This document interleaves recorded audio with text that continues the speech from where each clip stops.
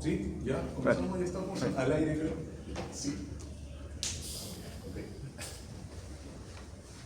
Aló, buenas tardes. Aló, buenas tardes con todos. Muchas gracias por estar aquí.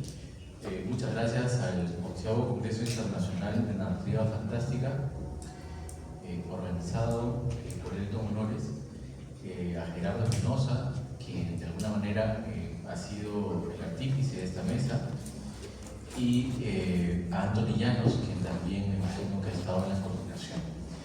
Hoy día vamos a hablar un poco del escenario actual de la literatura de fantasía, ciencia ficción y terror, y tenemos realmente un panel de lujo. Tenemos a 3 escritores fabulosos. Yo soy un editor, más que escritor, y la trayectoria de cada uno de ellos creo que hace valer su presencia de lejos aquí en esta mesa. Tenemos a Hans Rothgiesser, autor de una afamada saga de terror, de zombies, Requiem por Lima, que arrancó con el libro Requiem por Lima. Luego tenemos a Carlos de la Torre, también autor de fantasía, ciencia ficción, de otros subgéneros literarios cercanos también al policial, y bueno, a Anthony Llanos, quien ha publicado varios libros ilustrados sobre fantasía, sobre steampunk, y a este modesto servidor Héctor Huerto. Entonces, abrimos la mesa para hablar relajadamente sobre el tema y vamos disparando un poco sobre cómo vemos el panorama actual de la fantasía y la ciencia ficción.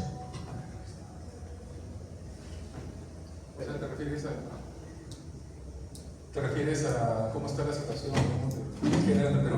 Así es. A ver, yo cuando publiqué mi primera novela de fantasía, eso fue en 2005 más o menos,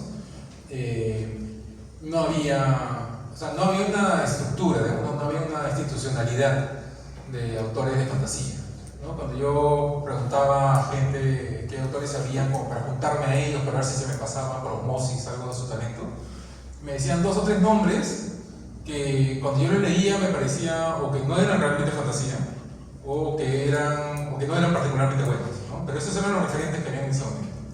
Habían otros que estaban empezando a ser conocidos, como José Donaire, por ejemplo, que está acá afuera, ¿no? O no sé, un par de nombres más, que estaban empezando a ser conocidos, pero todavía era algo, a mi percepción, muy incipiente. Y eso tiene que ver con un montón de cosas que, en fin, es un contexto histórico, ¿no? Que acá en Perú por mucho tiempo no hemos fomentado la literatura de fantasía o de terror, a pesar de que era algo muy, muy consumido. Entonces, yo desde la primera novela que publiqué, de ahí después de unos años tuve 2 o 3 experiencias más, y después llegué, por suerte, a Altazor, ¿no? Que era la editorial independiente de Willy El Pozo, que después ha sido presidente de la Cámara Mundial del Libro, ¿no? Un poeta ayacuchano que él mismo ha forjado, digamos, su camino, ¿no? O sea, no hay editorial tipo que yo quiero, bueno, yo la pongo. No hay eventos para mi literatura, entonces yo lo organizo, ¿no? Él ha sido una persona muy proactiva. Y Willy, digamos, dentro de de la forma, como es él es lo que después yo he leído en papers sobre industria cultural. Él es algo así, en inglés es como open elite, o sea, como una elite abierta, ¿no? Porque era una persona que estaba, bueno, para poder sacar adelante su editorial, se contactó con un montón de talentos nuevos, ¿no? Y a diferencia de otras personas con las cuales yo intentaba hacer proyectos, Willy era una persona completamente abierta, ¿no? O sea, era una persona que organizaba incluso eventos sociales para que nos conozcamos. Él sabía, por ejemplo, que habían 2 o 3 autores que a mí me parecían sobresalientes, que a mí me gustan mucho, a pesar de que no eran muy conocidos. Y un día me dijo, mira, vente a mi casa, voy a tomar vino con ellos, te lo presento, ¿no? Así de la nada, ¿no? Para mí eso era muy novedoso, ¿no? Porque hasta ese entonces yo había estado moviéndome en un entorno en el cual la gente no colaboraba para nada, o sea, no te ayudaba en contactos, no te ayudaba en nada, ¿no? Y yo creo que, por lo menos en mi experiencia, porque con él saqué Requiem por Lima, que ya tiene 11 años, es la primera novela de terror que yo saqué. Si bien yo había colocado temas de terror en otras cosas que había publicado, es la primera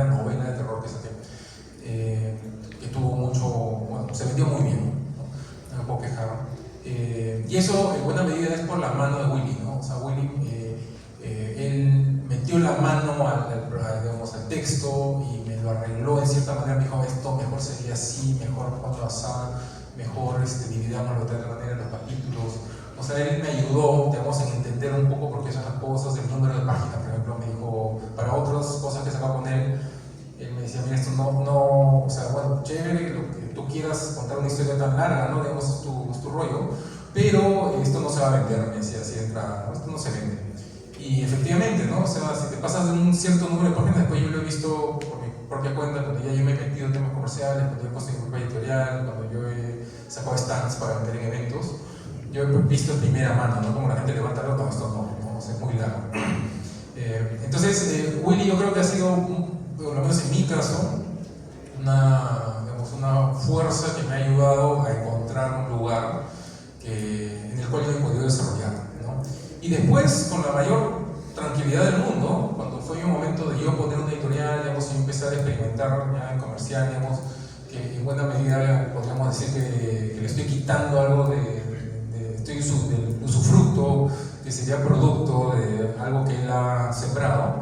Él no tiene ningún problema en ayudarme también en la parte comercial, a ayudarme a temas formales de cómo se registra un libro, por ejemplo, esas cosas. Entonces, yo creo que él, cuando se escriba la historia, digamos, de la literatura de terror, de fantasía peruana de estos años, yo creo que a Willy tengo que dedicarle un buen tiempo, porque así como me ayudó a mí, ayudó también a otros muchos autores. Interesante lo que comenta Hans. Definitivamente Willy pues, generó un impulso importante en ese momento, ¿no? Cuando tú empiezas a escribir, lo comentabas, no había mucho espacio, había pocos grupos que se juntaban, las publicaciones eran súper escasas, ¿no? Los autores no se podían definir efectivamente como de fantasía, ciencia ficción, terror, como hoy día sí pasa. Había una evolución inmensa, ¿no? Desde que yo publico mi primer libro en 2012 a hoy, 2025, he visto pues cómo dejan de aparecer solamente uno o dos autores de género por año y pues tenemos ya varios, ¿no? No sé si hasta 10, 15 por año que publican por lo menos, ¿no? Empiezan a salir cada vez más libros, hay editoriales que se han posicionado muy bien, mismo Acuedi, ¿no? Que dirige aquí Héctor, Pandemonium le está yendo muy bien también, tú he visto que estás trabajando con Pandemonium, Bruno, ¿no? Está sacando también literatura de fantasía, de steampunk, comentaba, ¿no, Antonio? Entonces vemos pues que han ido creciendo los espacios para la publicación de género. En muchas editoriales, también la Torre de Papel en la que yo publico también tiene mucho enfoque en literatura de género, pero lo que yo sí creo que es súper rescatable es cómo estos espacios se han ido ganando a través de los lectores, ¿no? Si bien, yo me acuerdo cuando yo tenía mi borrador de mi primer libro, que por suerte tuvo una mención honrosa de la Cámara Peruana del Libro y es por eso que logra publicarse, yo llegaba con amigos de literatura y le decía, oye, he escrito esto, ¿no? Y lo leían y no les disgustaba, ¿no? Yo recuerdo un muy buen amigo, que justo con el que estoy haciendo un programa ahorita que comentaba Héctor, y él lo leyó, siempre me ha dado feedback, me dijo, me gusta, me dijo, pero hay un problema, y es que esto es ciencia ficción y en Perú esto no sirve, me dice, acá nadie te va a reconocer por ciencia ficción. Y pues era una verdad en ese momento, ¿no? Yo tuve la suerte de sacar esta mención honrosa por la Cámara Peruana del Libro, que de alguna forma aperturó la posibilidad de que yo empezara a publicar, de que yo empezara a contactarme con editoriales, que era algo que no lo había mapeado hasta ese momento, y pues yo he visto cómo ha ido evolucionando este proceso, ¿no? Yo, como comentábamos también con Héctor, creo que todos hemos estado acá, también lo decías tú, Hans, hemos tenido que estar en ferias muchas veces vendiendo, empujando nuestros propios libros para que se posicionen, para que la gente los conozca. Entonces ha sido un trabajo muy sacrificado de parte de los autores de fantasía, ciencia ficción, de terror, para poder posicionar estos géneros. Sin embargo, había lectores, siempre había lectores. Mi padre era lector de fantasía, de ciencia ficción y terror, solo que no se publicaba en el Perú, bueno, por distintas razones sociales, culturales que teníamos, ¿no? Yo soy siempre de la idea de que es la inserción, pues, de liberalismo, ¿no? De liberalismo, lo que de alguna forma permite nuevas narrativas, el posicionamiento de nuevas narrativas, y es lo que nos lleva a este momento, ¿no? En donde las minorías son valoradas y pues nosotros éramos una minoría en un primer momento. El tema es que este avance de las minorías en el siglo XXI ha terminado generando nuevas mayorías, y hoy lo que yo veo es que muchas publicaciones son de género. Muchos de los autores que se están posicionando son de género en el Perú, algo que era impensable hace 10 años. Y y esto ha venido de la mano pues con todo este trabajo y también pues con el cambio de narrativas y de valores que puede tener que ver también con los contenidos que hemos ido recibiendo, ¿no? A través del internet se ha capturado mucho más distintas lógicas ficcionales, ¿no? que podemos asumir, que antes tal vez estaban un poco más restringidas. El hecho concreto es que siempre ha habido lectores, siempre ha habido gente que quiere consumir literatura de género en el Perú, no había los espacios, se han ido generando estos espacios de a poco y pues la respuesta es clarísima, ¿no? Un montón de editoriales que empiezan a aparecer, un montón de publicaciones que empiezan a salir y que empiezan a tener presencia en el mercado. Yo creo que es parte de la evolución que estamos viendo ahorita y pues parece relativamente natural y sano dentro del contexto que estamos viviendo cultural, particularmente ahora, ¿no? Bueno, en mi caso pasa algo muy parecido a lo que ocurrió con Hans. Si bien es cierto, yo ya estoy involucrado en el tema editorial desde que salió el cómic de Solar North, donde tuve la oportunidad de trabajar con el encargado del proyecto, y pues Solar Lord también tuvo un impacto tremendo, pero también se estrelló luego, ¿no? Entonces realmente era muy difícil mantener a flote una editorial dedicada a fantasía o cómics en aquel entonces. Para el año 2007, cuando tuve la oportunidad de que la República se fijara en mi trabajo, dicho sea de paso que lo agradezco bastante tanto a Elena Mome como a las señoras Silvia Valverde, que fueron las encargadas de darme la oportunidad de poder publicar y tener una publicación que pues tuvo una cifra muy grande, ¿no? Entonces, para poder llegar a casi todo el Perú. Pero de todas maneras no funcionó, porque el mercado en ese entonces todavía no estaba listo. O sea, la verdad es esa, no estaba listo, el público no estaba en ese momento, no había un mar en el cual poder navegar con calma, con tranquilidad, desplazarse y poder pues publicar más, ¿no? Entonces, estamos hablando del 2007, pero luego llegó la corriente de los cómics. No sé si recuerdan que llegaron la invasión de los cómics con Perú 21, creo, ¿no? Entonces, cuando todo esto llegó, como que se aperturó la mente de las personas y empezaron a leer un poquito más, ¿no? Cómic tal vez no es precisamente una novela, pero apertura la lectura o genera una sensación de leer, ¿no? Te da menos la animosidad para poder abrir un libro, que era algo que muchos niños no hacían, porque tener cómics en los 80s o 90s era para gente que tenía dinero, ¿no? Acá no llegaban así más. Entonces, digámoslo así, se iba construyendo en ese entonces un público expectante de cosas impresas, ¿no? Libros, literatura impresa, llámese cómics, novelas de fantasía, sci-fi, etc., que luego nos han hecho llegar a esta época donde esas personas ahora son adultos, que le han enseñado a sus hijos y que nos han aperturado justamente este nuevo espacio donde poder pues publicar, porque hasta ese entonces las editoriales no apostaban por la literatura fantástica, no importaba cuán bonito, cuán hermoso lo plantearas, igual te decían que no. Entonces ya ni siquiera era tema de páginas, porque eso también es otra limitación que te ofrecen las editoriales, donde no, que es muy largo, no, un poco menos, ya no importaba ni siquiera la cantidad de páginas, así sea corto, largo, etcétera, no era viable, ¿no? Entonces, digámoslo así, hoy en día, de cierto modo, en el Perú se lee más. El espacio para la literatura fantástica también se abrió bastante, si no nosotros no estaríamos aquí, si no nos habrían dado la oportunidad de poder hablar. Entonces, ha mejorado muchísimo desde inicios de los 2000 hasta la fecha la percepción tanto del público como de las editoriales con respecto a la literatura fantástica, ciencia ficción o terror. Aunque el terror siempre ha estado presente. Entonces, llamémoslo así, ficción y fantasía son como que los que han estado siempre minimizados, siempre a un costado, ¿no? Entonces, ha habido oportunidad para publicar. Tuve la oportunidad de poder publicar una obra steampunk en el año 2012 como una editorial didáctica, y un Frankenstein, porque estaba tratando de hacer unas adaptaciones, modernizando un poco lo que es pues, lo clásico, ¿no? Porque cuando normalmente uno va a ferias, tú tienes Pinocho, acá tiene Pinocho, allá tiene Pinocho, todos tienen Pinocho. Pero ¿qué cosa le vas a dar aparte? ¿Qué cosa le agregas? ¿Cuál es tu agregado que hace que te compren a ti tu libro y no a los demás? ¿No? Entonces, había que colocar algo diferente. Entonces, podías ofrecerle un adicional O podías hacer que tu libro, la forma de narrar, tu narrativa o la ambientación cambiara para poder modernizarlo un poco y tal vez de esa manera llegar a un público nuevo, ¿no? Entonces se vio que sí funcionaba.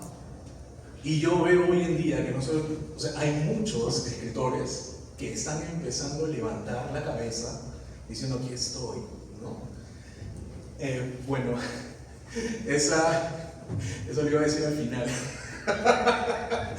Lo que pasa es que a partir de hoy estamos sacando con un amigo una publicación que se llama Ficticia, que justamente es de ficción, de terror y de fantasía, ¿no? Y estamos con varios escritores nuevos, algunos conocidos, así que ya esa revista sale a partir de hoy día, porque iba a hablar de eso al último, pero bueno, ahí estamos. En fin, Héctor.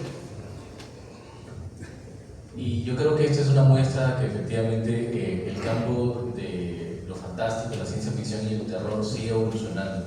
De hecho, aquí estamos con algunos pioneros de esta nueva jornada. Yo no soy un experto o crítico sobre el tema, Héctor nos puede ilustrar mucho mejor el tema, pero en esta nueva jornada efectivamente tenemos a 3 pioneros que, como pueden ver, más o menos surgen por los mismos años, 2012, con sus primeras publicaciones.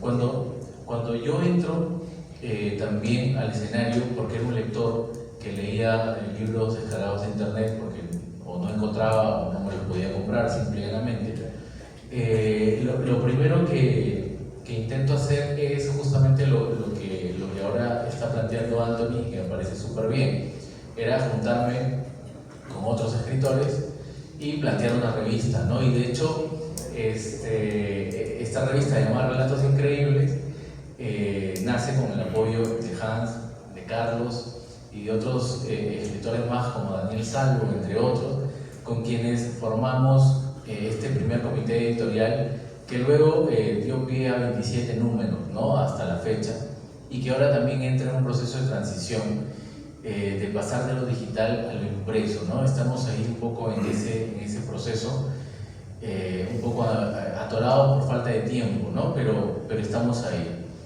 El escenario actual es complejo porque ahora tenemos una mayor competitividad y es lo que Hans comentaba también en un inicio. Yo también entro al escenario local acostumbrado a leer referentes internacionales de la fantasía y la ciencia ficción, y lo que yo encontraba aquí era un escenario bastante paupérrimo en cuanto a la calidad, ¿no? No es que no hubieran buenos escritores, sí, claro, a los que yo conocía los convoqué para la revista, ¿no?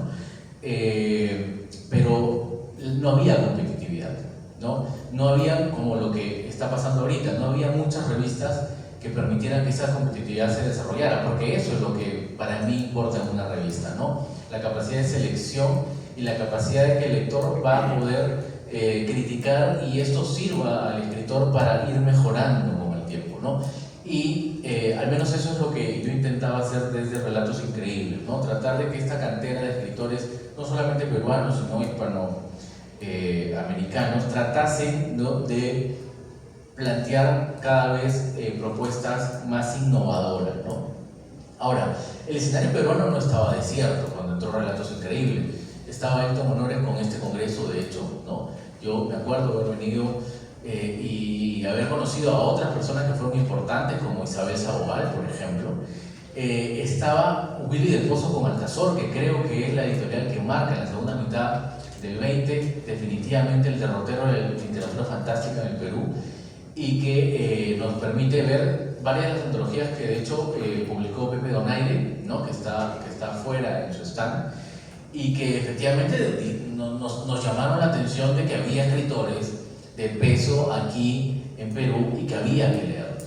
El problema de la actualidad desde mi punto de vista, no sé qué piensen mis colegas aquí en la mesa, es que lamentablemente, si bien ahora se consume mucho más, ¿no?, a nivel de películas, a nivel de otros géneros, el terror, la fantasía y la ciencia ficción, seguimos secuestrados por el mainstream en el sentido de que no estamos acostumbrados a leer a autores peruanos. Nos resistimos a leer a autores peruanos. Y esto me parece terrible, ¿no? un autor peruano de buena calidad que arranca, ¿no? Es muy difícil que empiece con un buen augurio, es decir, con críticos literarios peruanos o youtubers o como quieran llamarle, que le den cabida al libro.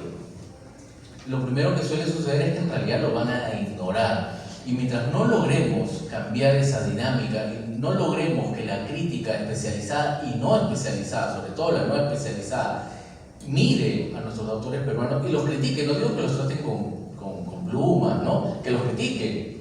Mientras no logremos ese circuito, va a ser bien difícil que salgamos de estos mediadores de lectura, estos youtubers que siguen comentando a Poe, siguen comentando a Stephen King, siguen comentando a Lovecraft y no salen de eso, ¿no? Y eso no digo que es malo, digo que es básico, ¿no? Entonces, yo quiero lanzar un poco, ¿no? ¿Qué es lo que podemos hacer para seguir mejorando? Para que autores como los que tenemos aquí en mesa sigan publicando libros fabulosos, sigan con proyectos estupendos como esta revista que nos acaba de presentar y que podamos seguir creciendo, ¿no?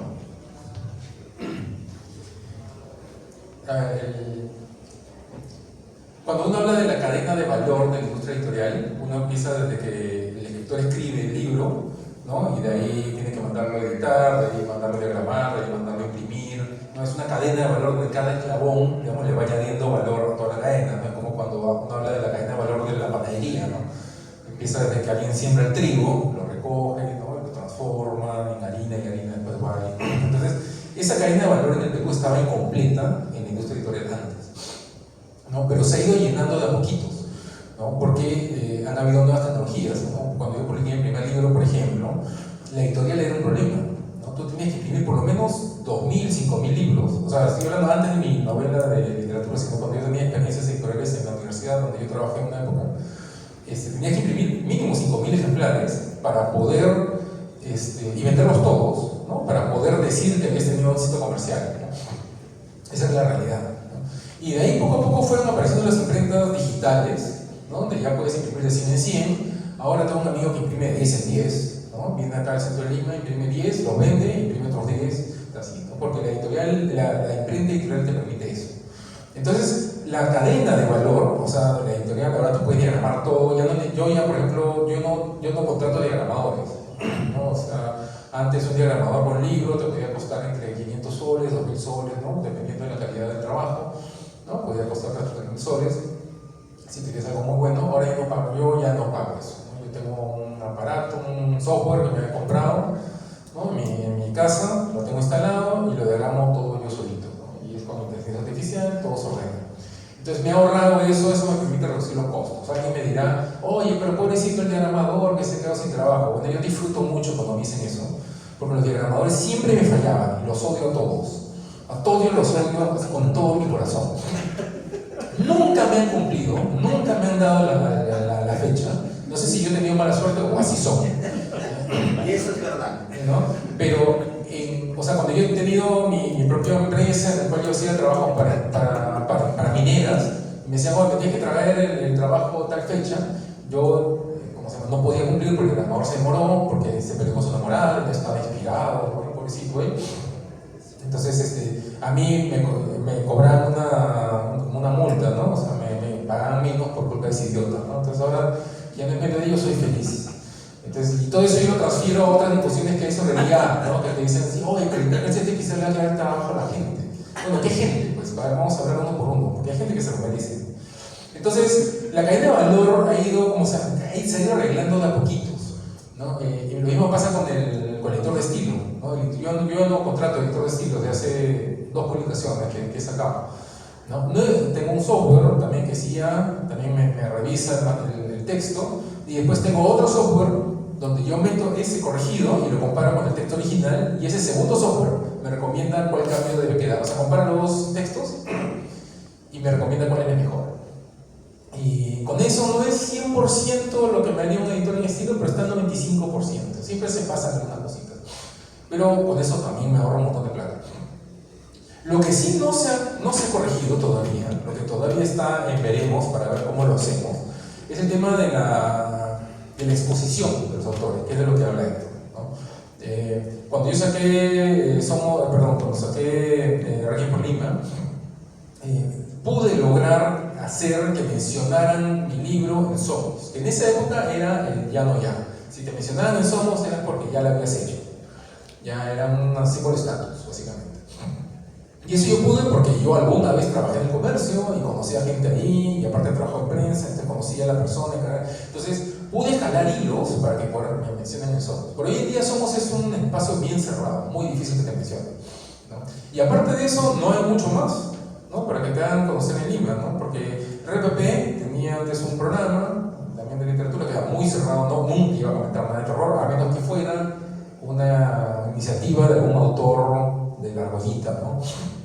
O Canal N también había un programa, ¿no? Que también era muy cerrado en temáticas y nunca iba a comentar a un autor de terror, a menos que sea alguien también del grupito, ¿no? Sí, a veces pasaba.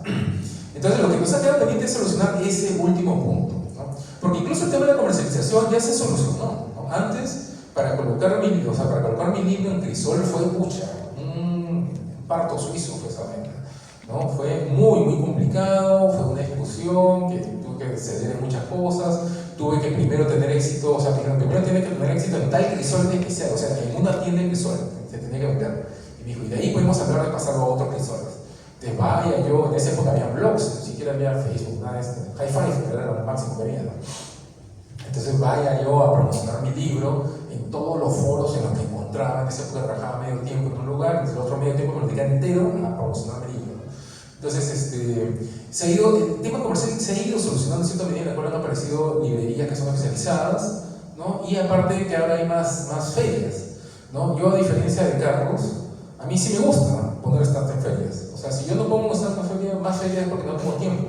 Pero a mí me encanta, o sea, yo voy ahí, yo mismo me pongo ahí a vender para entender más o menos cómo va cambiando los gustos de la gente, ¿no?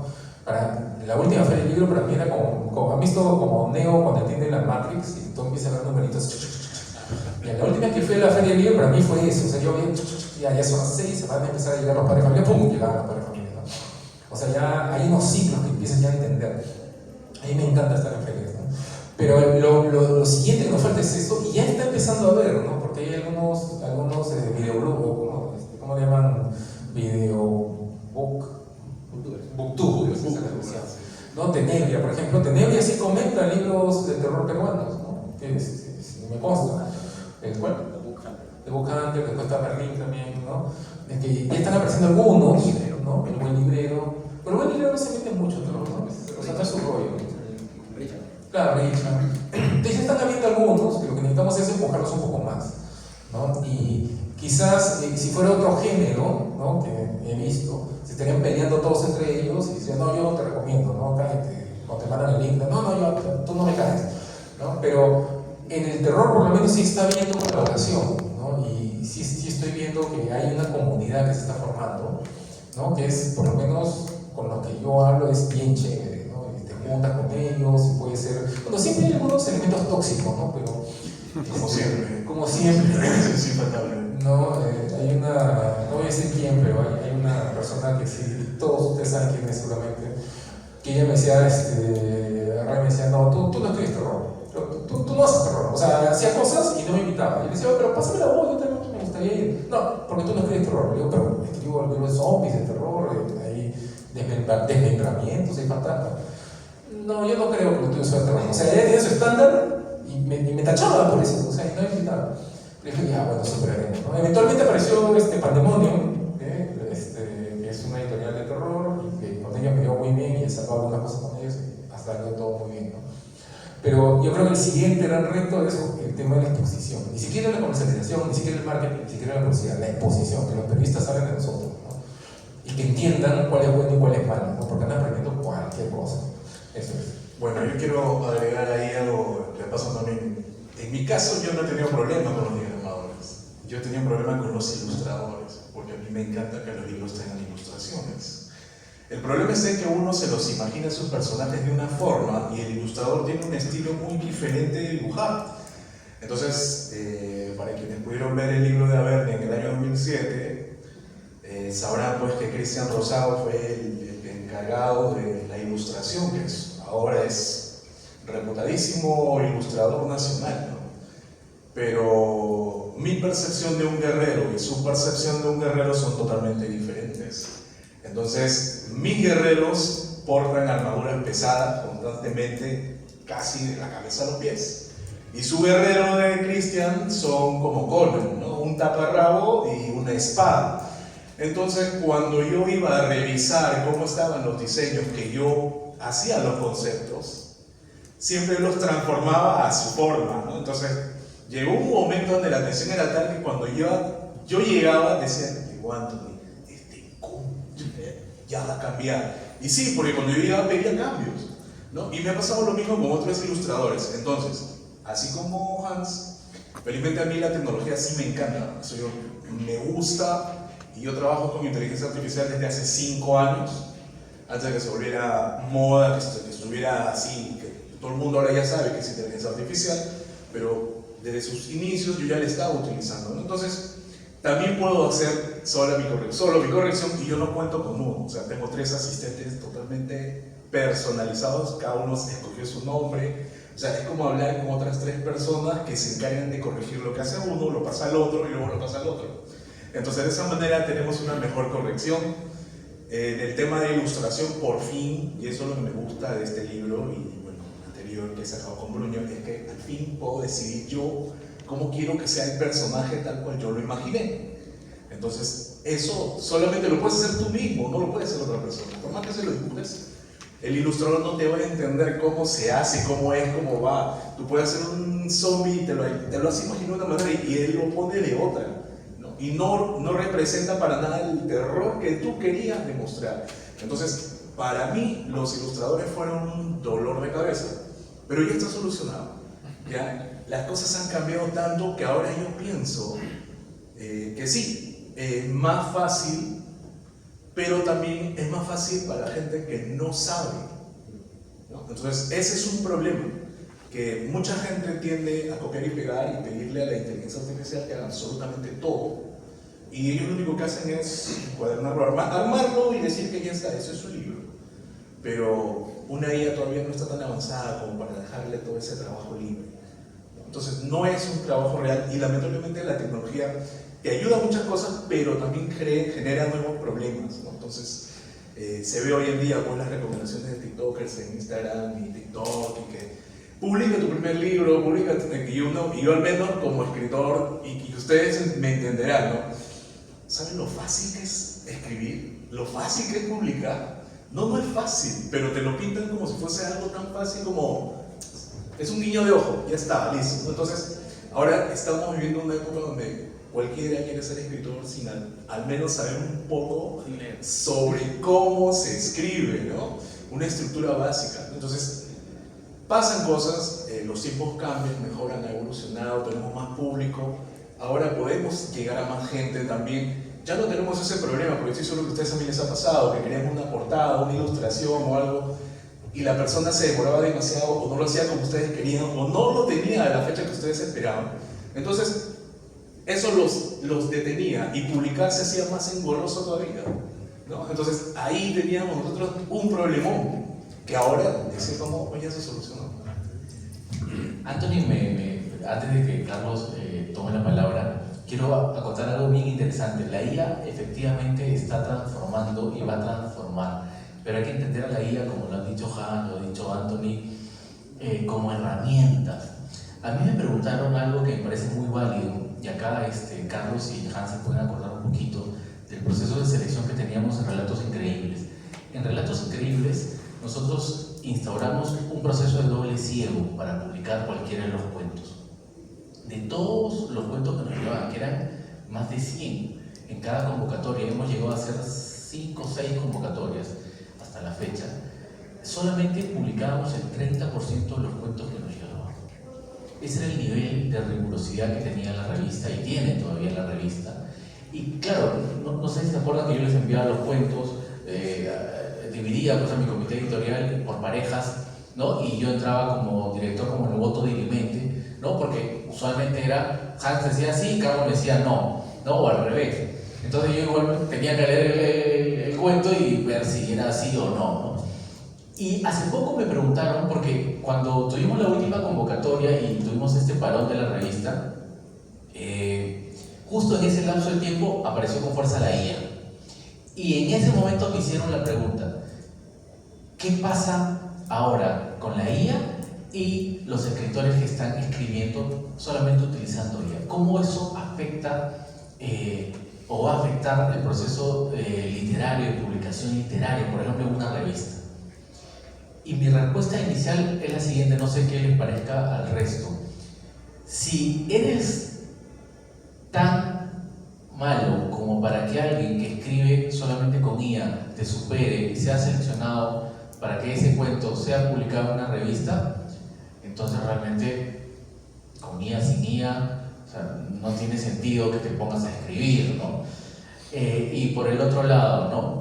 Si una revista no tiene estándares lo suficientemente mínimos como para saber cribar aquello que claramente no tiene la calidad necesaria para ser publicado, bueno, pues entonces habría que cuestionarnos si la revista, cuál es el aporte de esa revista de cara al futuro, ¿no? Yo creo que acá tenemos que ser muy enfáticos, ¿no? Porque hay mucha gente que a veces se molestaba conmigo porque no les publicaba los relatos, ¿no?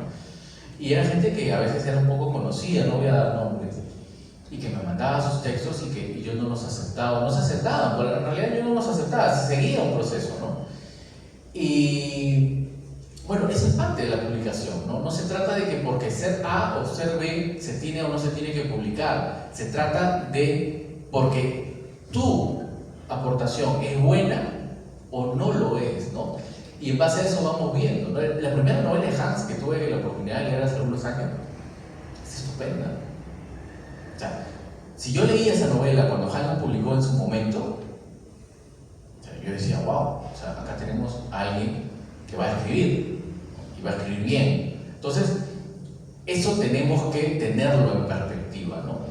Cuando ustedes, si por ejemplo están pensando en publicar, ¿no? Hay mucha gente que está pensando en publicar, está pensando pues en Juego de Tronos, está pensando pues en la grande saga y de arranque quiere arrancar con su saga, ¿no? Lo que te dijo Willy, ¿qué es la mirada de un editor? Tu primer libro no puede ser más de 200 páginas, por el amor de Dios. Tu mamá y tus amigos no van a sumar más de 10 personas para comprártelo, y lo que va a costar invertir en una publicación de 300, 400 páginas, no va a haber editor que te lo aguante. Y tu presupuesto probablemente tampoco lo va a aguantar si quieres tú pagar por alguna publicación. Entonces hay que ser estratégicos, ¿no? También. Sí, bueno, que ahorita yo veo que se están publicando libros gruesos, ¿no? Por ejemplo, los libros de Paul Dark, esos de zombies, 400 páginas, ¿no? Y la gente lo compra, ¿no? Sí, sí. Tienen este formato de las sagas, ¿no? Justo eso quería comentarles también. Claro, desde la lógica editorial peruana tradicional está el no tener libro demasiado grande, pero ya ahí se nos viene encima la lógica de las sagas. Porque la gente también parece adicta, ¿no? No quiere terminar de consumir lo que está consumiendo. Entonces, me parece que es un fenómeno que se está dando mucho y que el género, la fantasía, terror, ciencia ficción, todo se está embarcando mucho en sagas. Yo siempre he tenido resistencia a eso, ¿no? Incluso mis sagas son, pues, no lineales, o bueno, dispersas, ¿no? No me gusta hacer continuación de libros, nunca me ha gustado hacer eso. Pero lo que yo veo es que casi todos los autores que ahorita salen con sagas. O sea, en Torre de Papel, por ejemplo, Paul Dark con Pandemia Z, saga, 3 libros, 4 libros va a tener. El mismo Carlos Echevarría, saga. Ha salido Lorenzo Maquiavelo, saga. Alexei Vidal, saga. Saga. Por todos lados hay sagas y funcionan comercialmente, ¿no? Es interesante poder ver eso. Quería también comentar un poco respecto al tema de la IA, que es súper interesante, ¿no? Y yo coincido mucho contigo, Héctor, porque claro, se ha generado todo un debate ético sobre el uso de la inteligencia artificial del tema del proceso literario. Es estúpido, pues, ¿cómo te vas a pensar que la IA va a escribir? Es imposible. Entonces yo a veces veo concursos así donde dicen prohibido uso de IA. ¿A qué se refiere?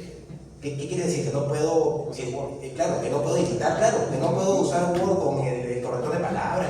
¿Qué quieres decir con eso, no? Entonces, eso es algo que tenemos que superar también en este contexto, porque todos los escritores están utilizando inteligencia artificial para corregir sus textos. Es obvio. Antes tú tenías que darle a tu amigo para que te lea el texto y te diga qué le parece. Ahora ese tiempo se ha reducido pues en 1000%, ¿no? Tú agarras, lo subes y le dices, ¿qué opinas? ¿Tal cosa se entiende? Sí se entiende. Bacán. Quiero decir esto en tal parte. ¿Ha quedado bien? Bueno, bueno, pudiste haberlo dicho de tal forma, pues, no importa. Entonces, es más o menos la dinámica que nosotros teníamos pues, con esos lectores cero, ¿no? que nos daban el feedback, lo que está ahora reemplazando la inteligencia artificial, y por eso me parece tan interesante que podamos debatir sobre esto también en un espacio como este, ¿no? Porque es lo que se viene y no podemos negar pues el avance de la tecnología y cómo nos vamos a adaptar en los procesos productivos a esta tecnología, ¿no? Yo, en el marco pues, de fantasía, ciencia ficción, terror, yo veo un avance importante, veo un posicionamiento de narrativas en formato, por lo menos con esto de las sagas que viene de afuera, pero, y también comentaba Anthony algo bien interesante, ¿no? El terror nunca estaba exento del Perú, pero ahorita tenemos un nuevo tipo de terror, creo que es lo que pasa, ¿no? Lo que hemos tenido siempre en el Perú es un terror costumbrista, ¿no? Muy vinculado a la tradición, a la costumbre, provincia, muy bacán, pero ahorita vamos a ver pues asesinos en serie, canibalismo, ya estamos en otra cosa ya, ¿no? Estamos entrando en otro momento que, claro, si bien siempre ha habido terror, yo creo que esto que estamos viviendo ahorita es un nuevo momento también con el terror incluso, en donde las lógicas costumbristas han ido saliendo pues, del imaginario de muchos escritores y se están enfocando en lógicas también un poco más globalizadas, ¿no? Y más globalizantes también. Cuando hablamos de sci-fi, hablamos pues de fantasía, hablamos del terror que se está produciendo ahorita, zombies, pues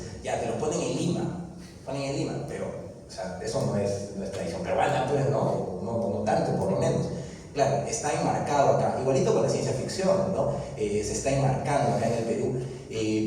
Yo veo que eso está pasando, pero sí con esta lógica de ya no seguir la lógica de la tradición, sino plantear estos formatos globalizados en nuestro contexto, y funciona bien, ¿no? Claro, puede ser, si tienen preguntas, solamente acotar lo que hizo Hans, por ejemplo, ¿no? Tanto para Historia del Perú, Z, como para Somos Zombies, ¿no? De historias de zombies en cada región del país, o la historia peruana contada de una perspectiva zombie, ¿no? Son realmente miradas increíbles, diferentes e importantes. Si hubiera alguna pregunta de repente del público, como dice Anthony. Una pregunta para... ¿Hay micrófono? Sí.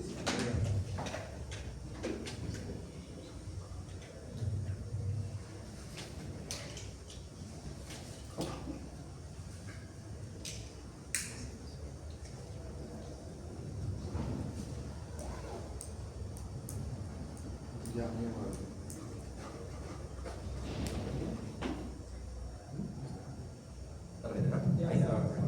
Muchas gracias. Esta pregunta es para ti, Héctor. ¿Dónde crees que va a estar el mercado de historias en Perú en 3 o 4 años? O sea, ¿qué historias sientes tú que se van a consumir dentro de 3 o 4 años en Perú? Por ejemplo, ahora creo que se consumen historias de distopías, ecofuturismo, ese tipo de cosas, ¿no? ¿Crees que el mercado esté vendiendo lo mismo en 3 o 4 años acá? ¿O va a cambiar más o menos? Buena pregunta. Creo que en gran medida vamos a seguir anclados al mindset, ¿no? En el sentido de que lo que se va a consumir a nivel internacional siempre va a encontrar un eco aquí. Sin embargo, ya hace algunos años, y justo acabo de dar 2 buenos ejemplos de compilaciones coordinadas y editadas por Hans, ya hay una perspectiva también peruana de aquello que se está produciendo afuera, tratarlo de adaptar a nuestra propia realidad. Y eso me parece importantísimo. Pero hay otro problema de fondo, y es que el mercado editorial peruano en general está muy mal estructurado, ¿no? Aquí vamos a discrepar un poco, Hans. Yo creo que, por ejemplo, las librerías no funcionan. Yo me estoy retirando de 3 o 4 librerías porque no liquidan, no pagan, cabecean a las editoriales, ¿no? Y peor aún a los editores independientes, ¿no? Si a las editoriales les hacen eso, a los editores independientes se los pasean de lo lindo, ¿no? Y Crisol es un buen ejemplo. Hablemos de Crisol con nombre y apellido. Crisol te cobra el 50% de comisión y te paga además 3 meses después de que le mandes la factura, y además te hace pagarle el empaquetado, el plastificado, y te hace pagarle los sellos de seguridad. Entonces, ¿para qué le das tú el 50%? Yo me digo, ¿no? Yo me pregunto. Entonces, así funcionan muchas librerías. Mientras no tengamos librerías realmente que apuesten, ¿no? Porque el otro problema es que el gran negocio de las librerías, de las grandes librerías, es la importación de libros. Entonces, por eso una librería, por más que acepte tu libro en consignación, y consignación es un préstamo que le hace la editorial o el autor a la librería, pero por más que lo acepte, eso no garantiza que lo vendan o que lo exhiban, porque finalmente no les importa, no les ha implicado ningún gasto. Si se vende bacán, ¿no? Ya, no, que te paguen es otra cosa, ¿no? Pero si se vende bacán, pero si no se vende también, o sea, te lo van a devolver, ¿no? Porque no es un negocio, no aporta, ¿no? Entonces, muchas editoriales, como es mi caso, nos hemos convertido también en librería, ¿no? Ahora somos una librería oculta, ¿no? Claro, la venta virtual. Pero ahí, claro, es importante que hagas la aclaración, porque en librería, por lo menos, yo no hago negocio. O sea, para mí, poner libros en librería no es un esfuerzo comercial, es un esfuerzo de exhibición, ¿no? O sea, estar presente en Crisol te permite después usarlo, o sea, mencionarlo. Mira, yo estoy en Crisol, o sea, cualquiera, mira. Pero lo que pasa también es que Crisol ha tenido etapas, ¿no? Y digamos, cuando ha pasado de manos ha cambiado mucho, ¿no? Y yo lo he visto en primera mano. Ahora, otra cosa es que, con respecto a lo que preguntaba él, es que una cosa es lo que el mercado está demandando y otra cosa muy distinta es lo que los editores quieren que tú publiques, ¿no? Entonces, Carlos Calderón Fajardo, por ejemplo, que es quizás uno de los mejores escritores de terror que hemos tenido en los últimos años, es un capo, lo han traducido al francés, al alemán, al castellano, etc., perdón, al inglés. Y acá en el Perú nadie lo tocaba, o sea, lo publicó Altazor, lo publicaban por aquí o por allá, pero las editoriales grandes no lo publicaban. Y lo que él me contaba, bueno, el señor se murió ya casi viejito, ¿no? También escritor de Cuchano, muy bueno. Lo que me decía era que, mira, yo voy a tal o cual de las grandes y me dicen, ya, mira, si a tu historia, pero tienes que meterle que un policía maltrate, o sea, meter el típico rollo de rajes sociales, ¿no? Tienes que meter que un policía maltrate al personaje principal y ahí sí te lo publicamos. Y decía, no quiero, pero no me da la gana, o sea, esa no es la historia que quiero contar, ¿no? Y eso que en algún momento fue bien, o sea, la presión era bien grande de meter rollo social a tus obras, que a mí también me pasó al comienzo, ¿no? Ahora es, por lo menos en mi perspectiva, en mi experiencia, es con el rollo andino.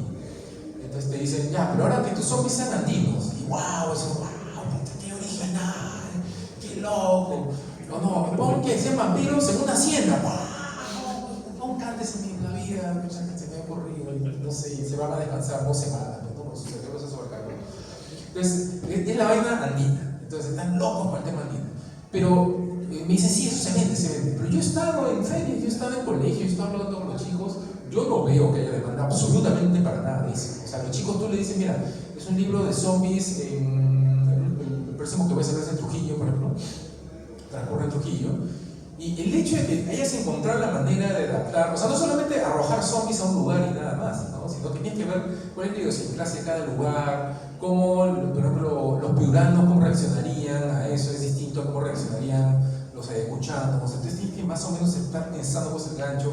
Willy me está insistiendo un montón para que escriba algo que transcurre en Cusco, ¿no? Y en Cusco ya más o menos lo tengo pensado, pero en Ayacucho también quiere que escriba. Y digo, sí, pero Ayacucho yo lo conozco también, o sea, yo Cusco he ido bastante, tengo familia ahí, pero en Ayacucho todavía no lo entiendo. Entonces es como que es un proceso, pero hay un grupo de gente, que es lo que menciona Héctor, que son gente que no entiende realmente cómo funciona, y ellos creen que entienden, pero no la ven, ¿no? O sea, están en otro universo. Y eso es lo que están al mando de las grandes decisiones, ¿no? O sea, las grandes editoriales, por ejemplo, entonces autores que están creciendo, que estamos mencionando, que son importantes, que yo o sea, a mí me pasa que en ferias me pasa, oye, léete este pata, y, che, realmente capo, ¿no? Eso me pasó con los autores que Héctor fue descubriendo para relatos,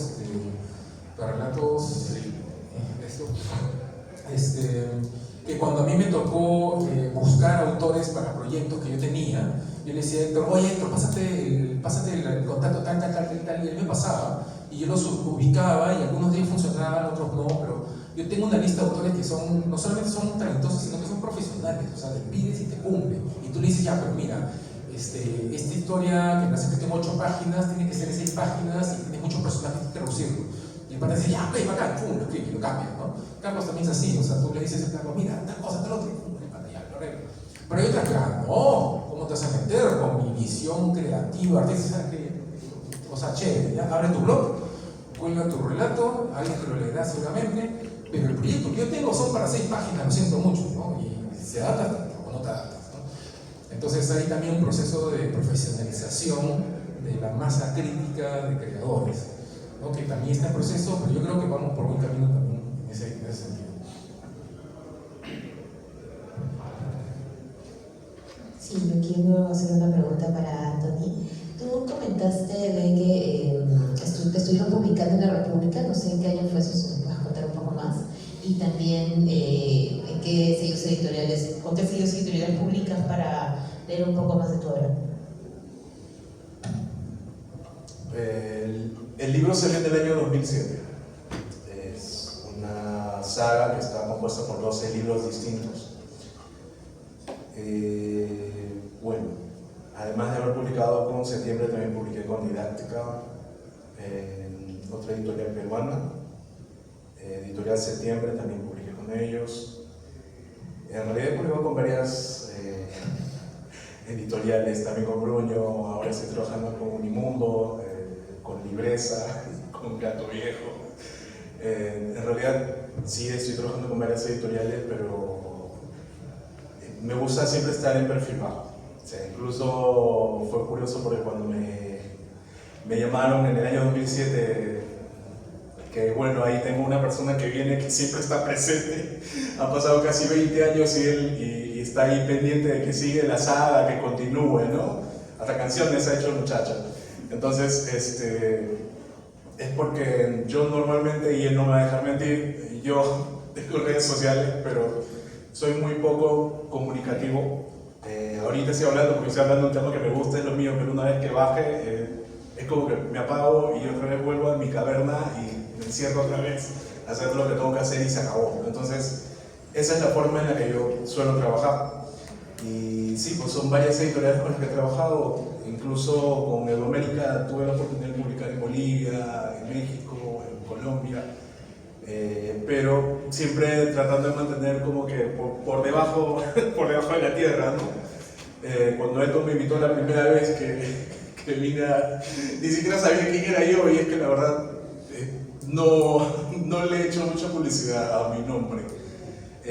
Ahora recién estoy teniendo la oportunidad de poder contactar con otros escritores, aunque tampoco soy mucho de conversar porque no nos juntamos tanto, pero estoy tratando de cambiar esa parte. Yo creo que ya es más tema personalidad que otra cosa, porque igual Hans ha sido muy amistoso, ya varias veces hemos conversado, incluso hemos visto posibilidades de proyecto, con Carlos Tomeña hemos compartido en la anterior mesa, entonces hace que uno como que se aperture un poco más, ¿no? Yo creo que también es tema de personalidad más que nada.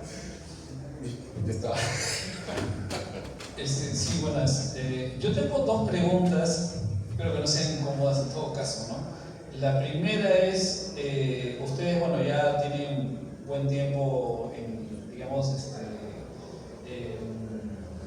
estableciendo un diálogo con otros autores, ¿no? Me parece que es una impresión que ahora más bien como que hay grupos de escritores. No digo que no se junten entre sí, pero como que hay grupos. No sé si es que esto es así, si ustedes lo perciben así, si es que esto es bueno o es malo, ¿no? O sea, decir que hayan grupos dentro de lo fantástico, me refiero, ¿no? Y lo otro es que escuchándolos y también pensando en lo que decía Hans, quizás no sé si llamarlo el problema. ¿Qué pasaría si ustedes fueran escritores abiertamente de izquierda, por ejemplo? Porque la cultura está dominada por la izquierda. Entonces, quizás por ahí sería una solución, digamos, como para que pudieran entrar en esa difusión de los medios culturales, digamos. Sí, yo soy de izquierda, por cierto. Sí. A ver. Efectivamente hay grupitos, pero mi impresión siempre ha sido que yo soy bien antisocial, soy bien individualista, entonces yo nunca he sido parte de un grupito de lo que se ponen todos los viernes a conversar sobre tal cosa. Entonces a veces pasa que me llaman y me dicen, oye, vamos a celebrar un día tal, o vamos a lanzar el libro a tal persona. Yo siempre voy, yo voy el 100% de las veces que puedo, voy, ¿no? Y converso con todos, y a veces hay gente chévere, hay gente que no es chévere, pero trato de conocer gente nueva. Lo otro es que, si bien en el mundo editorial hay una ideología claramente marcada, o sea, los que deciden qué proyectos se publican tienen una ideología, y una vez hemos tratado de escribir un paper sobre eso con una persona, monitoreando las publicaciones de las 4 editoriales más grandes, mostrando cómo, o sea, los únicos 2 o 3 autores abiertamente de derecha que publican son autopublicados, ¿no? O sea, ellos llegaron con la plata. El resto son todos de cierta tendencia, ¿no? El tema es que el público ha cambiado mucho y no le gusta tanto eso, ¿no? Piensa, por ejemplo, la película peruana más vista de la historia del Perú es A su madre, que es una historia de progreso de un peruano, ¿no? Es un peruano que salió adelante y terminó siendo una persona famosa. Esa es una historia totalmente tachada para el grupo de cineastas usuales, ¿no? Tanto así que si están pensando, no, este pata no sabe lo que habla, piensen el fondo del Ministerio de Cultura, DAFO, ¿no? Que antes se llamaba Conacine y antes tenía otro nombre. En toda la historia de DAFO y de Conacine nunca han premiado ni un solo proyecto, y yo me he pasado todos así viendo uno por uno, de un peruano que tenga éxito. Todas sus historias son de pobreza, de denuncia social, que está bien que se hagan, no digo que no se hagan. Pero eso es básicamente una realidad, ¿no? A su madre se hizo con dinero privado y después recibió apoyo cuando ya se había hecho la película y estaba en proceso, recién recibió apoyo para la comercialización, ¿no? Pero de ahí todas las demás son historias. Y ustedes piensan, no, pero aquí en Perú está mal, pues hay que seguir haciendo esa denuncia. Entre el 2004 y el 2014, el Perú pasó a tener una incidencia de pobreza de más de la mitad de la población a casi un quinto. Esa es una revolución, un cambio completo, estructural de la sociedad, ¿no? Millones de peruanos han salido de la pobreza. El Ministerio de Cultura no se tiene la necesidad de contar la historia de ni uno solo de esos peruanos, ¿no? Y eso no es casual, ¿no? Eso es porque hay una decisión de dar más atención a otro tipo de historia. Y eso se refleja en cierta medida en el mundo editorial, ¿no? Y por suerte las editoriales independientes rompieron con eso, ¿no? Rompieron con eso y rompieron, de ahí el problema pasó a ser la distribución, ¿no? Los libros también se han roto porque ahora hay distribuidoras independientes, que para mí es el último filtro de la realidad, ¿no? Lo que contaba Anthony, es que ahora tú puedes publicar tu libro por tu cuenta, imprimirlo por tu cuenta y grabarlo todo por tu cuenta. Pero si el libro es malo, antes el filtro era el editor, el que te decía, no, esto no lo vamos a editar, pero es una porquería, y te lo tiraba en la cara. Ahora tú lo puedes hacer por tu cuenta, tú creer, no, pero yo soy bueno, el editor no me entiende. Ahora el filtro es el distribuidor, que ahora yo no voy a distribuir esta porquería y te la tira en la cara. Entonces tú puedes haber impreso, pero no llega a ningún lado. Ahora puede ser que el distribuidor también tenga su sesgo, ¿no? También puede ser, ¿no? Pero ya el filtro ha pasado a ser el siguiente. Pero sí, de hecho, que hay un tema ahí de sesgo, de ideología, ¿no? Por lo menos en mi experiencia sí lo he visto en primera mano. Bueno, el tema de los grupos, me imagino que en todos lados se forman grupos, ¿no? Es más vinculado, me parece, a las casas editoriales, ¿no? Como que las editoriales tienen ahí su grupo de escritores y entre ellos pagan, más que nada porque están en contacto de forma más constante, pero eso no significa pues, que los de Torre de Papel no nos juntemos con los de Panemón, no es así, nada que ver, pero sí se nota que tienen trabajos diferentes, ¿no? Por ejemplo, tampoco, ¿no? Pero, o sea, sí veo, por ejemplo, que Patrimonio trabaja mucho el tema de gestión con sus autores, por ejemplo, ¿no? Torre ve otras cosas, ¿no? Ve de colocarlos en ferias, Speedwagon también, ¿no? Con el tema de la venta permanente con los autores, que de esa forma se han ido haciendo grupos, pero entiendo yo que en la dinámica de trabajo de las editoriales y de los mismos autores, ¿no? Y bueno, con el tema ya ideológico, pues claro, hay pues, un sector importante, ¿no? de la cultura que tiene una tendencia izquierda. Yo personalmente creo que no debería afectar el proceso artístico. Es innegable que nosotros vamos a plasmar parte de nuestra forma de ver el mundo en nuestros textos, ¿no? Pero lo que yo sí creo es que si eso es algo consciente y lo que están buscando es, no sé, pues mandar un mensaje, está valorando la historia, es lo que yo creo, ¿no? O sea, si es parte de tu naturaleza y te vas a salir ya bacán, pues, ¿no? Saldrá en el contexto que cuentas la historia, pero si te preocupa buscar la revolución, hacer el cambio social a partir de tu libro, primero es una locura, ¿no? Tu obra, tu cuento no va a cambiar el mundo. Y segundo, creo que termina siendo didáctico y pierde todo, pues, todo el componente artístico que para mí por lo menos está más vinculado a temas emocionales y sensoriales, ¿no? Yo tengo esa idea que el arte es básicamente emocional y sensorial y que todo lo demás es el marco para eso, ¿no? Y si nos estamos preocupando de ese marco, al final no estamos haciendo arte, estamos haciendo cualquier otra cosa, es lo que yo creo. Pero pues ya entramos ahí en el terreno de la discusión. Sí, mira, cuando se me ocurrió hacerlo de Relatos Increíbles, yo sabía que Hans era de derecha, ¿no? Sabía que Carlos también tenía postura liberal y yo creo que Hans rápidamente también se dio cuenta que yo era de izquierda. De hecho, en la reseña que me hacen en Somos Zombies, ¿no? Me hace una broma y un guiño bien simpático que me encantó. En la UPC tuvimos un debate, ¿de acuerdo? Claro, es verdad. O sea, no hemos tenido ningún, o sea, yo nunca he tenido ningún problema de parte de ellos, y más bien ellos en todo momento me abrieron los brazos y dijeron vamos a trabajar juntos este proyecto. Insisto, yo era un total desconocido, ¿no? Y eso intento hacer lo mismo, intento publicar también algo de ellos eventualmente, y no importa lo que ellos piensen en términos políticos. Yo creo que en una sociedad ideal, o sea, no debería importar lo que uno piense en términos ideológicos, ¿no? Porque lo ideológico tiene que ser, o tiene que servir en todo caso para un debate, ¿no? Pero no tiene que servir para una amistad, no tiene que servir para un trabajo conjunto literario, no tiene que servir en realidad para nada. Y como dice Carlos, concuerdo completamente, si lo tuyo se vuelve panfletario, sea de izquierda o de derecha, va a ser malo de por sí, ¿no? Y lo de los grupos, bueno, es humano, ¿no? Formar grupos, pero creo que más se da en relación con las afinidades laborales, de publicación, de casas editoriales, ¿no? Que uno de alguna manera va manteniendo cercanías o distancias, y los roces humanos que siempre van a haber, o de repente en las inconformidades que siempre van a haber, porque claro, hay gente con caracteres distintos. Yo tengo también un carácter complejo, me imagino que a alguno no le caeré, a mí también no me caerá alguno, ¿no? Hans hizo alusión a una escritora que yo quiero mucho, que es Marcia, pero yo con Marcia no he tenido problemas, pero sí sé lo compleja que es, ¿no? Entonces, yo creo que es humano, es parte de la humanidad, ¿no? Ser así, ¿no? Y es parte también de la humanidad saber tender puentes.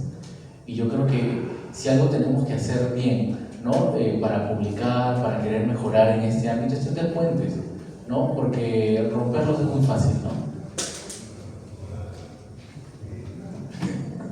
Bueno, por la primera parte de la pregunta, la verdad no puedo responder porque yo no soy sociable. No voy a cumpleaños, no salgo mucho. La verdad creo que desde el mes de marzo hasta la fecha he salido 17 veces de mi casa, lo tengo contado. Entonces no sabría decirlo, no he tenido esa oportunidad. Felizmente mis inicios como escritor no fueron como los de la gran mayoría. Yo no tuve que tocar puertas, no tuve que hacer sacrificios como los que muchos de mis compañeros se han hecho, ¿no? En mi caso, un editorial se interesó en mi trabajo y me dio la oportunidad directamente. Entonces, pero sí he podido compartir con ellos, he hablado varias veces ya con Juan, nos hemos juntado varias veces, he podido conversar y conocer otros autores y saber lo difícil que ha sido para ellos. Y pues sí, es que cada editorial hace un sesgo de su gente, ¿no? No creo que sea por amiguismo, sino porque si tú eres dueño de una editorial, sabes con quién estás trabajando y quieres seguir con esas personas trabajando, ¿no? Entonces, no lo considero como que es un grupito que va aislando al resto, ¿no? Al menos en mi caso es así como yo lo veo. Yo no he sentido ese rechazo en realidad. Creo que mi carrera escribiendo libros demuestra que eso no ha sido un impedimento para mí, porque la parte social no me ha frenado. Con respecto a temas de índole político, yo no tengo una postura ni de izquierda ni de derecha. No llego a misántrico, pero yo considero que definitivamente el poder corrompe a cualquiera, sea un poquito, sea lo que sea. Si la persona no está preparada, definitivamente no importa las buenas intenciones que tengas. sea de izquierda o de derecha, vas a llegar a un lugar y no vas a poder hacer lo que dijiste que ibas a hacer.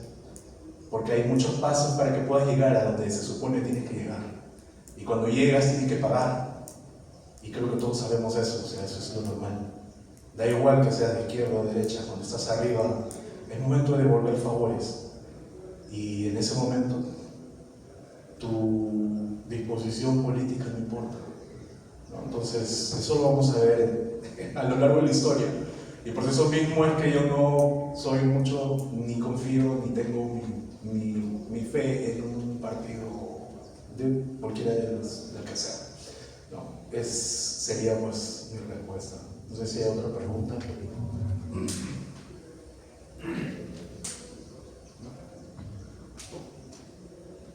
Entonces daríamos por concluido, creo. Antes de concluir. Ahí nomás. ¿Hay nomás? Anthony, una pregunta para usted. Usted en el último libro ha sacado canciones. ¿Qué impacto le ha dado a su público eso? Y ahora hay otra pregunta también. Como mencionaron todos, acá se consume otro tipo de terror, pero los jóvenes ahora prefieren ver películas que leer los libros. ¿Qué solución podrían dar a eso ustedes? Bueno, sí. Este último libro lo saqué con un soundtrack, ¿no? Compuse un soundtrack, compuse canciones. Me gusta mucho musicalizar. Creo que yo he sido criado de manera musicalizada, ¿no? Es como cuando estás en la barriga de tu mamá y te ponen música. De esa manera para mí es infaltable la música, o sea, yo necesito tener música para poder trabajar. Así que decidí que este libro tuviera un corte cinematográfico, ¿no? ¿Sería posible colocar el corte? Me gustaría que puedan ver a qué me refiero.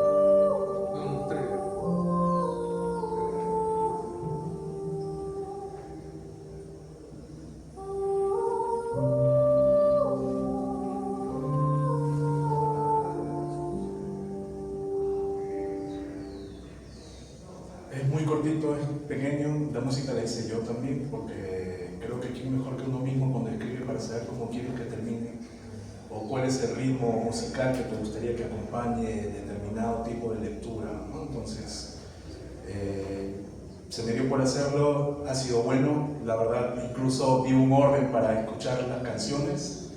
La canción que han escuchado es la 13, es la última, y es porque no me gustan los finales felices. Así que dense una idea de cómo terminó. Pero fue muy bueno, el público respondió bastante bien, los seguidores del libro quedaron fascinados con la música. Esa fue la primera. Y la segunda fue sobre el terror, si prefieren verlo o prefieren leerlo. Bueno, yo creo que es un sí y es un no.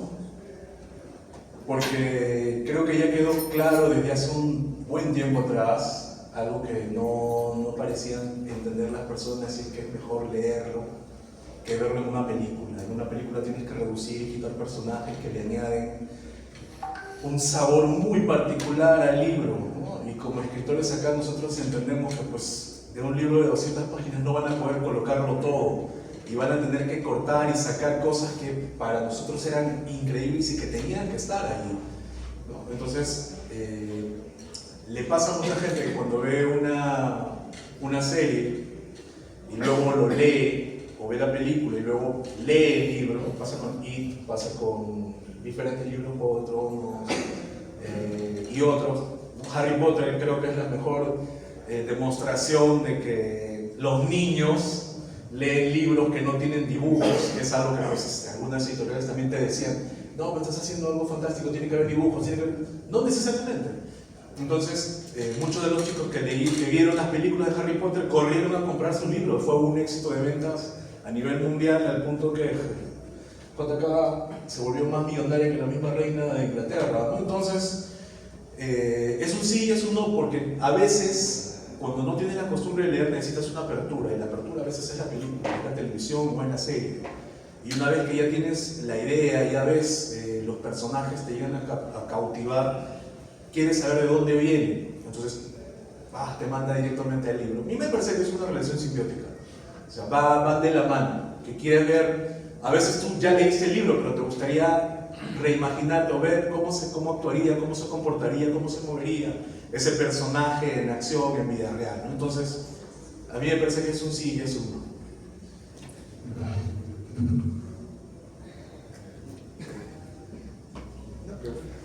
Si es posible. No sé si tengamos tiempo para una pregunta adicional. Sí, ¿Sí? es bien breve. ¿Dónde está disponible la revista Relatos Increíbles? En Amazon. Amazon, la tienda de libros. Sí, la web. Ya, cierto. Pero hay una web En el Patreon. Ahí también lo pueden, se hacen suscriptores o pueden comprarlo también directamente, ¿no? Bueno, me dejan cerrar a mí mi participación. Bueno, la revista ficticia también va a estar saliendo, pero solo en formato digital. Esa va a ser de distribución gratuita. Así que vamos a subir los links para que lo puedan descargar desde diferentes páginas, así que lo van a poder ver. Y bueno, quedan solo unos cuantos libros. Este es el libro. El libro se llama Avernia, travesía por el mar de tormentas y tridentes. Es un libro full ilustrado, tiene más de 90 ilustraciones. Está hecho a full color. Así que si gustan, pueden ustedes adquirirlo. Para eso pueden acceder a la página que se llama en Facebook, Avernia, Héroes y Leyendas, y ahí lo van a poder encontrar. Listo, eso sería por mi parte. Muchas gracias. Muchas gracias.